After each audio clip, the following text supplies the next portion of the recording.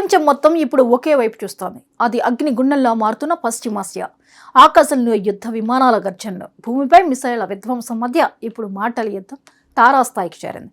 ఒకవైపు ప్రపంచ పెద్దన్న అమెరికా అధ్యక్షుడు డొనాల్డ్ ట్రంప్ శాంతి మంత్రం జపిస్తుంటే, మరోవైపు ఇరాన్ మాత్రం ప్రతీకారం అనే నిప్పు కణికలను విస్తురుతోంది.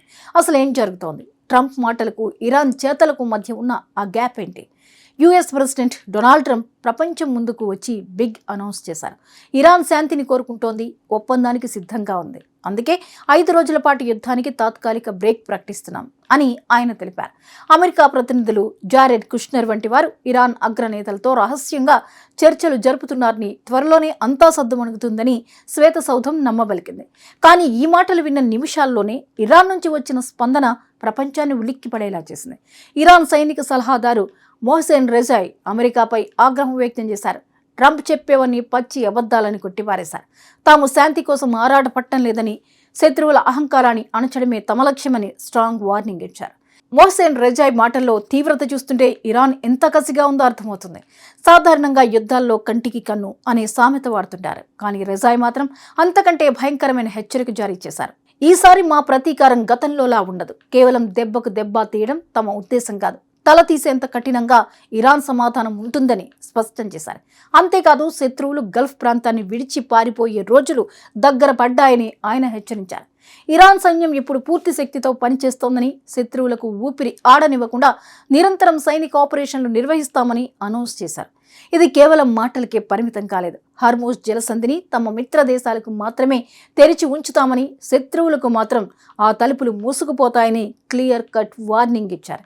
యుద్ధం ఆగాలంటే అమెరికా, ఇజ్రాయెల్ ముందు ఇరాన్ 3 కీలక డిమాండ్లను ఉంచింది.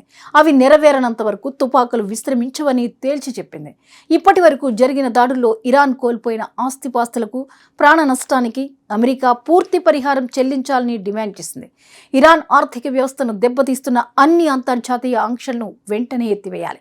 ఇకపై ఎప్పుడూ ఇరాన్ అంతర్గత వ్యవహారాల్లో అమెరికా జోక్యం చేసుకోబోమని అంతర్జాతీయ స్థాయిలో లిఖితపూర్వక హామీ ఇవ్వాలని డిమాండ్స్ చేసింది. ఈ యుద్ధం ఇంతలా ముదరడానికి ఇజ్రాయెల్ ప్రధాని బెంజమిన్ నెతన్యాహునే ప్రధాన కారణమని ఇరాన్ ఆరోపిస్తోంది. నిజానికి వారం క్రితమే యుద్ధం ముగిసిపోయేదని, కానీ అమెరికాపై ఒత్తిడి తెచ్చి నెతన్యాహు కావాలనే హింసను ప్రేరేపిస్తున్నారని రెజాయ్ విమర్శించారు. అయితే ఇప్పుడు ఇరాన్ శక్తి ఏంటో అమెరికాకు అర్థమైందని, అందుకే ట్రంప్ భయపడి చర్చల డ్రామా ఆడుతున్నారని ఇరాన్ సెటైర్స్ వేస్తోంది. ట్రంప్ 5 రోజుల విరామం ప్రకటించడం వెనుక శాంతి కాంక్ష లేదని, కేవలం భయం ఉందని ఇరాన్ వర్గాలు విశ్లేషిస్తున్నాయి. ఒకవేళ అమెరికా, ఇజ్రాయెల్ గానీ ఇరాన్ ఇంధన వనరులపై లేదా విద్యుత్ కేంద్రాలపై ఒక్క దాడి చేసినా ఫలితం భయంకరంగా ఉంటుందని హెచ్చరించింది. ఇరాన్ విద్యుత్ గ్రిడ్లు ఆగిపోతే పశ్చిమాసియాలోని ఏ ఒక్క దేశంలోనూ చమురు మౌలిక సదుపాయాలు మిగలవు అని ఇరాన్ చేసిన హెచ్చరికతో గల్ఫ్ దేశాల్లో టెన్షన్ మొదలైంది. ఫిబ్రవరి 28న మొదలైన ఈ యుద్ధం ఇప్పుడు ఏ మలుపు తిరుగుతుందో ఎవరికీ అర్థం కావడం లేదు. అమెరికా దౌత్యంతో సమస్యను పరిష్కరించాలని చూస్తుంటే ఇరాన్ మాత్రం తన ఆత్మ గౌరవం కోసం, ప్రతీకారం కోసం చివరి వరకు పోరాడుతామంటోంది. ఒకవైపు ట్రంప్ చాణక్యం, మరోవైపు ఇరాన్ ఆవేశం. ఈ రెండిటి మధ్య నలిగిపోతున్నది మాత్రం సామాన్య ప్రజలే. ఈ యుద్ధ మేఘాలు తొలగిపోతాయా, లేక 3వ ప్రపంచ యుద్ధానికి దారి తీస్తాయా అన్నది వేచి చూడాలి.